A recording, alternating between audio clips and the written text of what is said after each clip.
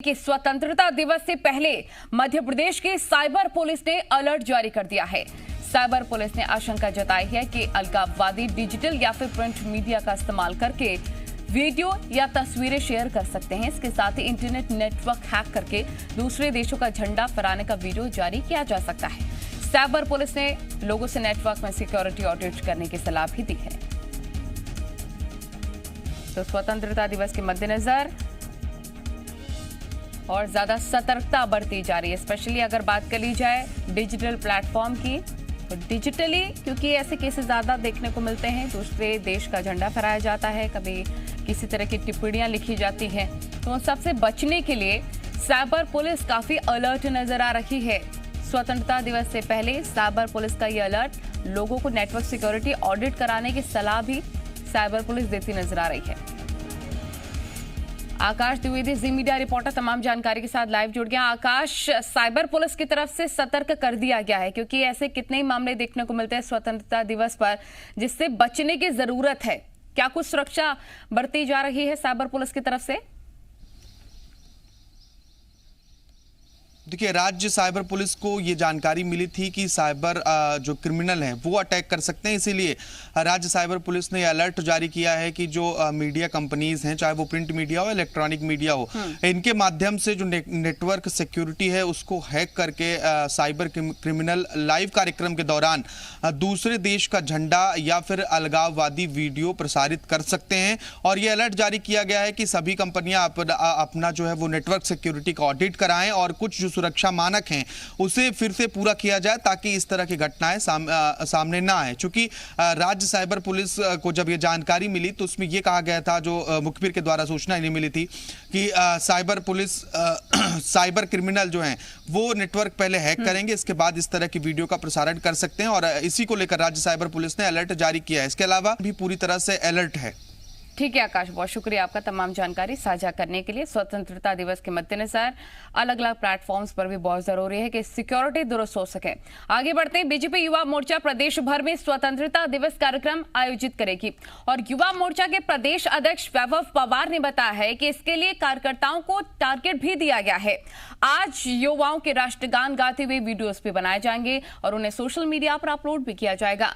15 अगस्त को मंडल स्तर पर राष्ट्रगान का आयोजन किया जाएगा, जबकि 15, 16, 17 अगस्त को साइकिल से संकल्प यात्रा निकाली जाएगी, जिसके तहत सरकार की योजनाओं का प्रचार भी किया जाएगा। चौराहों पे और ऐसे पब्लिक प्लेसेस पे जहां पर जनता एकत्रित हो सकती है, ऐसे स्थानों में हम 1000 से अधिक स्थानों में मध्य प्रदेश में राष्ट्रगान का आयोजन करेंगे। पूरे देश भर में 75 स्थानों में युवा संकल्प यात्रा का आयोजन किया जाएगा। चूंकि आज़ादी के 75 वर्ष पूर्ण हो रहे हैं, इसलिए 75 स्थानों पे 75 किलोमीटर लंबी यात्रा आयोजित की जाएगी। ये यात्रा 15, 16 और 17 3 दिनों में आयोजित की जाएंगी पूरे मध्य प्रदेश में। स्वतंत्रता दिवस की तैयारियों में पूरा देश जुटा हुआ है। खंडवा के Surajkund girls higher secondary college की छात्राएं अपना बैंड ग्रुप तैयार कर रही हैं, जिसके लिए उन्हें तमाम संसाधन उपलब्ध कराए गए हैं और इन्हें राष्ट्रीय त्योहार के अनुरूप बैंड धुन बजाने का प्रशिक्षण दिया जा रहा है। इनकी तैयारी के अभी कुछ ही दिन हुए हैं और इसीलिए 15 अगस्त के दिन ये अपने स्कूल में प्रस्तुति देंगी। 26 जनवरी को वहीं पर जिला स्तरीय कार्यक्रम में शामिल होने की इनकी योजना है।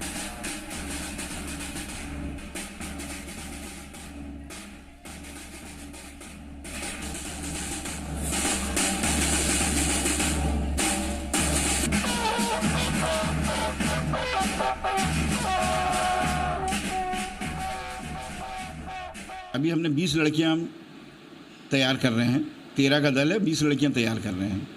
दूसरी बात, ये बैंड का भी चूँकि 3-4 दिन हुए हैं इसकी प्रैक्टिस शुरू है, तो 15 अगस्त पे तो हम हमारी स्कूल में ही एक प्रकार से इनसे बच्चों से रिहर्सल करवाएंगे और आगे फिर देखेंगे 26 जनवरी के तक हमारी बच्चियाँ अगर अच्छे से तैयार हो गई तो पब्लिकली स्टेडियम या कहीं पर हम अप्रोच करेंगे इनके प्रदर्शन को।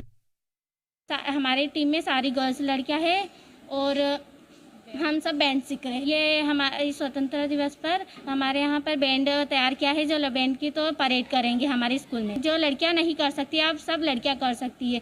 जो फील्ड में पीछे थी अब उस फील्ड में भी लड़कियाँ आगे जा रही है। मध्य प्रदेश के इंदौर में डेंगू के लगातार केसेस बढ़ रहे हैं। स्वास्थ्य विभाग काफी चिंतित है। शहर में 5 नए डेंगू के मरीज सामने आए हैं, जिसके बाद शहर में डेंगू के मरीजों की संख्या 37 हो गई है। यही नहीं, 11 जगहों पर डेंगू का लार्वा मिला है। दरअसल स्वास्थ्य विभाग की तरफ से 448 घरों में सर्वे किया गया था। स्वास्थ्य विभाग की टीम लार्वा को नष्ट करने, कीटनाशक दवाइयों के छिड़काव के साथ ही पानी जमा न होने देने समेत कई सलाह नागरिकों को दे रही है। तो आपको बताएं कि कोरोना काल के बाद डेंगू के केसेस काफी ज्यादा देखने को मिल रहे हैं, जिसको लेकर स्वास्थ्य विभाग काफी चिंतित है। फॉगिंग का काम लगातार चल रहा है। जैसा आप देख सकते हैं, 5 नए मरीज सामने आ चुके हैं। अंशुल मुकाती, जी मीडिया रिपोर्टर, तमाम जानकारी के साथ हमारे साथ जुड़ गए हैं। अंशुल मुकाती, चिंतित कर देने वाली ये बात है क्योंकि कोरोना का काल अभी पूरी तरह से थमा नहीं है। ऐसे में डेंगू के केसेस इंदौर में आ जाते हैं, उसके लिए इंदौर वासी कितने तैयार हैं? जी बिल्कुल, बता दूं कि इंदौर में लगातार डेंगू के केस सामने आ रहे हैं और कुछ दिनों पहले एक गर्भवती महिला की भी डेंगू से मौत हो चुकी है और अब इंदौर में डेंगू के पॉजिटिव मरीजों की संख्या 37 हो गई है।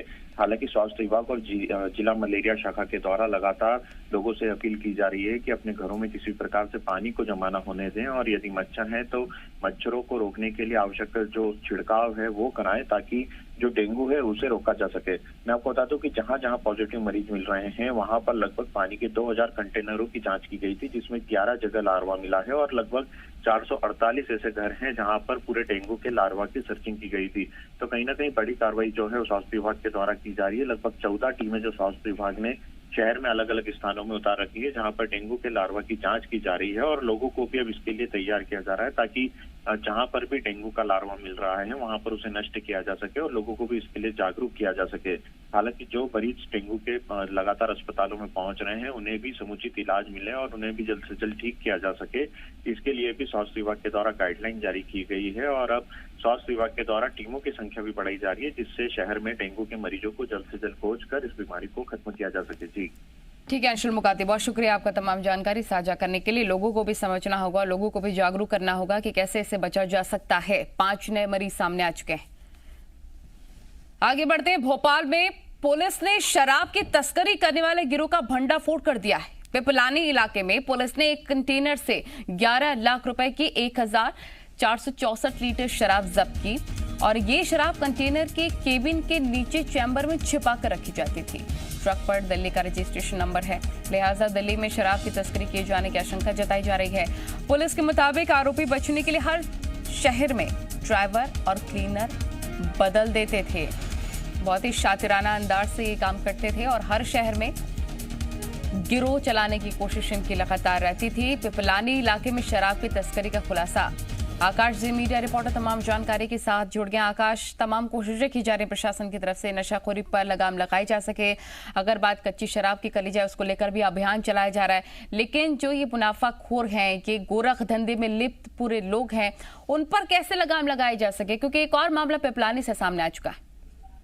बिल्कुल, देखिए, राजधानी की बात की जाए तो राजधानी में लगातार आबकारी विभाग अलर्ट है, क्योंकि प्रदेश में कई जिलों में अवैध शराब और जहरीली शराब पीने के कारण लोगों की मौत हुई है। ऐसे में अब प्रशासन इसीलिए अलर्ट हुआ है कि लोगों तक अवैध शराब न पहुंचे। लेकिन बेहद शातिराना अंदाज में ये तस्करी की जा रही थी, क्योंकि स्वतंत्रता दिवस है। ऐसे में पुलिस और अधिक अलर्ट है, सभी वाहनों की चेकिंग की जा रही थी। इसी चेकिंग के दौरान पिपलानी पुलिस ने एक कंटेनर को पकड़ा है और इस कंटेनर के अंदर एक केबिन बनाकर जो है वो आरोपी शराब की तस्करी करते थे। करीब 1464 लीटर यहाँ से शराब बरामद हुआ है और इसकी कीमत 11 लाख रुपए बताई जा रही है।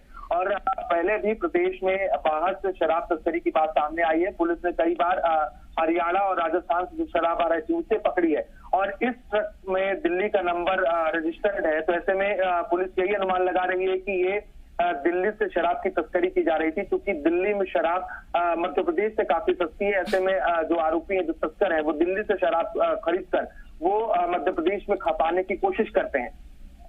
ठीक है आकाश, बहुत शुक्रिया आपका तमाम जानकारी के लिए। यानी कि अंतरराज्यीय पूरा मामला है, एक राज्य से दूसरे राज्य में खपाने की कोशिश शराब को की जाती है तस्करों के द्वारा। हालांकि प्रशासन इन पर नकेल कसने की पूरी तैयारियां कर रहा है।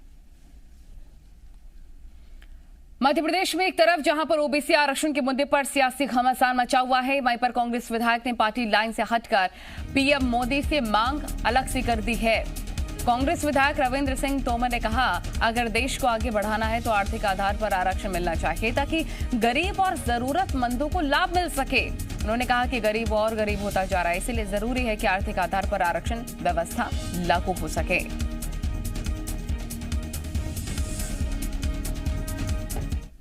गरीबी के आधार पे यदि आरक्षण की व्यवस्था लागू होगी तो इससे अच्छा और क्या हो सकता है, क्योंकि नेता प्रतिपक्ष आदरणीय कमलनाथ जी और हमारे सारे साथी, हमारे जो विधायक साथी थे, उन्होंने भी उस मुद्दे को ये किया। अब माननीय मुख्यमंत्री जी बहुत उसमें गति दिखा रहे हैं। ये केवल वो श्रेय लेने की, ये श्रेय लेने वाली राजनीति बहुत दिन तक चलने वाली नहीं है। आबादी के साथ जो गरीब लोग हैं बड़ी संख्या में, मैं उनकी ओर से ये आवाज़ उठा रहा हूँ कि गरीबी के आधार पे यदि आरक्षण की व्यवस्था लागू होगी तो इससे अच्छा और क्या हो सकता है, क्योंकि देश को अगर आगे बढ़ाना है, विश्वगुरु बनाना है, महाशक्ति बनाना है, तो गरीबों का ध्यान पहले रखना पड़ेगा। कांग्रेस विधायक के आर्थिक आधार पर आरक्षण की मांग के बाद कांग्रेस मुश्किल में दिख रही है। कांग्रेस ने विधायक रविंद्र सिंह के बयान से किनारा करते हुए उनका निजी बयान इसे बता दिया है। हालांकि पार्टी की अनुशासन समिति उनके इस बयान को संज्ञान में लेगी। वहीं बीजेपी ने कहा कि विधायक की मांग कांग्रेस की मंशा जाहिर कर रही है। कांग्रेस 27% आरक्षण को लेकर भ्रम फैलाने का काम कर रही है।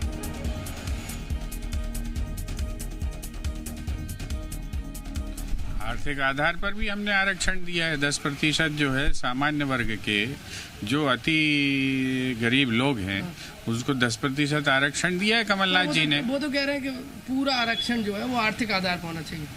ये उनका अपना निजी कोई विचार होगा, ये पार्टी का नहीं है।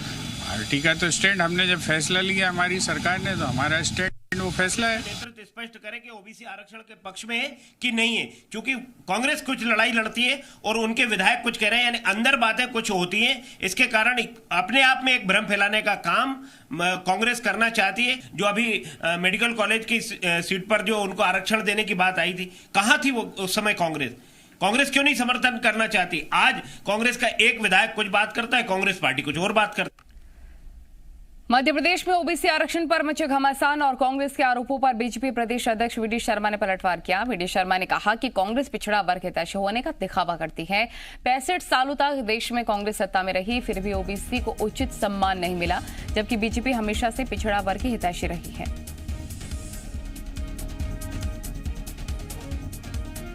ओबीसी कमीशन बना था, लेकिन ओबीसी कमीशन को संवैधानिक दर्जा कभी कांग्रेस ने नहीं दिया। कमलनाथ जी, आप बताइए, आपने 27% आरक्षण के बारे में क्या किया था? आपने 27% आरक्षण कोर्ट के अंदर गया, आपके एडवोकेट जनरल ने पैरवी करने के लिए खड़े होने की भी आवश्यकता नहीं समझी। मध्य प्रदेश की राजधानी में क्या मासूम सुरक्षित नहीं है, ये सवाल उठा है भोपाल चाइल्ड लाइन से मिले उन आंकड़ों के बाद, जो कि इस ओर इशारा कर रहे हैं कि साल 2018-19 में चाइल्ड लाइन के पास बाल अपराध के 154 केसेस दर्ज किए गए थे, जो कि 2020 से 21 में बढ़कर 300 तक पहुंच गए हैं। तो ये आंकड़े सामने आए हैं बाल अपराध को लेकर। तो आपको बताएं कि एक साल में क्राइम रेट का दोगुना होना अपने आप में भोपाल में मासूमों के साथ हो रहे ज्यादती को दर्शाता है। चाइल्ड लाइन की डायरेक्टर अर्चना सहाय ने बताया कि लॉकडाउन का सबसे ज्यादा बुरा असर मासूमों पर पड़ा है। इन दिनों बच्चों के साथ मारपीट, छेड़खानी काफी ज्यादा देखने को मिली है।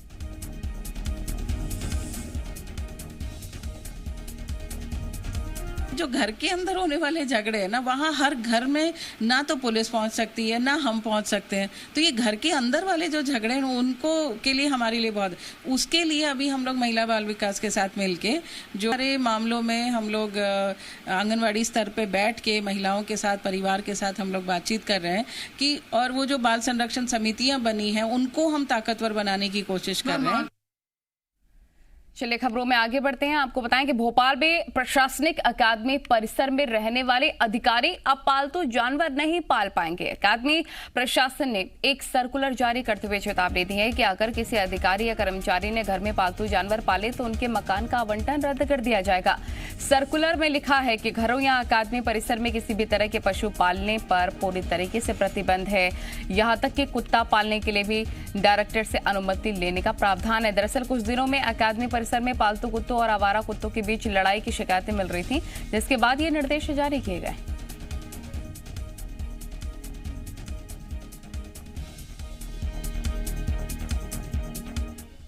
राजनीति के केंद्र में रहने वाली गाय के लिए दावे और वायदे तो खूब किए जाते हैं, लेकिन जमीनी हकीकत कुछ और ही बयान कर रही है। हम बात कर रहे हैं आगर मालवा की। 2017 में यहां देश का पहला गौ अभ्यारण्य खोला गया। सभी सुविधाओं के साथ डॉक्टरों और कर्मचारियों की नियुक्ति भी की गई, लेकिन 5 साल बावजूद भी गौ अभ्यारण्य में क्षमता से आधी गाय ही मौजूद हैं। ज्यादातर टीन शेड खाली पड़े हैं, जबकि स्थिति ये है कि आज भी शहर की सड़कों पर गायों का हुजूम देखा जा सकता है। सैकड़ों हेक्टेयर में करोड़ों की लागत से बने गौ अभ्यारण्य में 6000 गायों की रखने की व्यवस्था की गई है, लेकिन वर्तमान में यहां 3062 गाय हैं।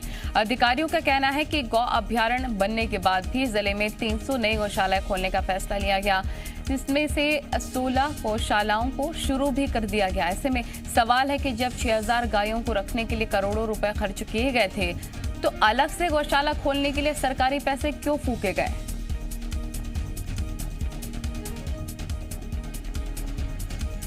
माननीय कमलनाथ जी मुख्यमंत्री बने तो उन्होंने संपूर्ण मध्य प्रदेश में गौशाला हर पंचायत में बनाने का प्रण किया था। उसी तारतम्य में हमारे यहाँ शुरू में ही 35 गौशाला का निर्माण चालू हो गया था। आज आप देखेंगे तो इस साल सवा साल बीजेपी की सरकार बनने के बाद भी 16 भी कंप्लीट नहीं हो पाई है, और ना ही गायों के लिए कुछ खाने की व्यवस्था हो रही है, और आवारा रोड पे घूमती है। ये मुख्यमंत्री गौ सेवा योजना जो पूर्व मुख्यमंत्री जी द्वारा सैंक्शन की गई थी, उसमें अपने जिले में 30 गौशालाएँ स्वीकृत हुई थी। 30 में से 29 पूर्ण हो गई हैं, 16 अभी संचालित है, जिसमें 1375 पशु हैं। बड़वानी में वृद्ध आश्रम के नाम पर फर्जीवाड़ा देखने को मिला है। किराए की महिलाएं रखकर शासन को लाखों रुपए का चूना लगाया जाता था। यहां पर नवलपुरा के पास वृद्ध आश्रम का संचालन किया जा रहा था। गड़बड़ी की आशंका पर जब एसडीएम ने यहां छापा मारा तो वो भी हैरान रह गए। एसडीएम ने बताया कि यहां पर कोई भी वृद्ध नहीं है। यहां मिली महिलाओं ने बताया कि उन्हें 100 रुपए देकर यहां पर लाया जाता था। तो फर्जीवाड़ा का खुलासा होने के बाद प्रशासन अब संबंधित एनजीओ के खिलाफ कार्रवाई की तैयारी कर रहा है। 9 बजे से 5 बजे तक। तो यहाँ तुमको पैसा मिलता है रुकने के? 100 रुपये। 100 रुपये रोज मिलता है? हाँ। कितने महिला हो तुम यहाँ पर? यहाँ 30-35 महिला। सभी को पैसा मिलता है? हाँ। यहाँ पे वृद्धाश्रम संचालित ही नहीं है। यहाँ जो भी महिलाओं को दिखाया हुआ है वो बाहर से प्रतिदिन किराए पे महिलाओं को बुलाया जाता है। प्रतिदिन 100 रुपये उसके लिए दिए जाते हैं, और ना ही किसी प्रकार से यहाँ खाने की या अन्य व्यवस्था है जो कि इनको ने अपने गाइडलाइन में जो दिखाई हुई है और जिसके लिए मान्यता ली हुई है, किन्हीं भी शर्तों का यहाँ पालन नहीं पाया गया है। तो इसके संबंध में पूरी जाँच हमारे द्वारा की गई है और आगामी कार्रवाई के लिए हम प्रतिवेदन भेजेंगे। आगे बढ़ते हैं, कुछ पॉजिटिव खबरें आपको दिखाते हैं। इंदौर ने कोरोना वैक्सीनेशन में रिकॉर्ड कायम करते हुए पहला डोज 100% पूरा कर लिया है, जबकि ग्रामीण इलाकों में भी पहला डोज 100% के नजदीक है। इंदौर में स्वास्थ्य विभाग का पूरा जोर अब दूसरा डोज लगाने पर है। पहला डोज कंप्लीट होने पर निगम कमिश्नर ने लोगों को बधाई दी और अपील की है कि वो निर्धारित समय पूरा होने पर दूसरा डोज लगवाएं। आपको बताएं कि इंदौर में 28 लाख लोग वैक्सीनेशन के पात्र हैं, जिसमें शहरी क्षेत्र का टारगेट 18.81 लाख था। शुक्रवार को 15,000 लोगों को डोज लगाने का लक्ष्य था। इसमें पहला डोज भी लगाया गया, जिसके बाद शहरी इलाके में पहला डोज लगाने का टारगेट पूरा हो गया है।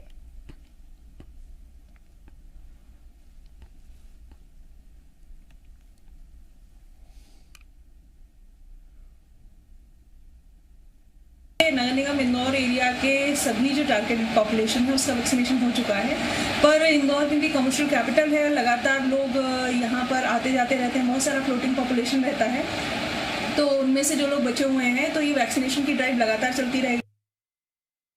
आगे हम लोगों का टारगेट है कि लगभग 2,25,000 यानी 2.25 लाख के आसपास लोग बचे हुए हैं पूरे जिले में, यानी ग्रामीण क्षेत्र में लगभग ये जनसंख्या बची हुई है। तो इन लोगों को हम लोग अगले सप्ताह में टारगेट कर रहे हैं और आगे आने वाले समय में 28 लाख का पूरा वैक्सीनेशन करके इंदौर जिला पहला जिला बने वैक्सीनेशन का कवरेज 100% करने के लिए।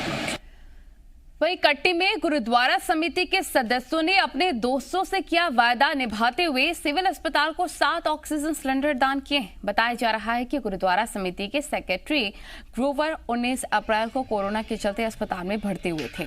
इस दौरान उन्होंने आम लोगों को ऑक्सीजन के लिए परेशान होते देखा था।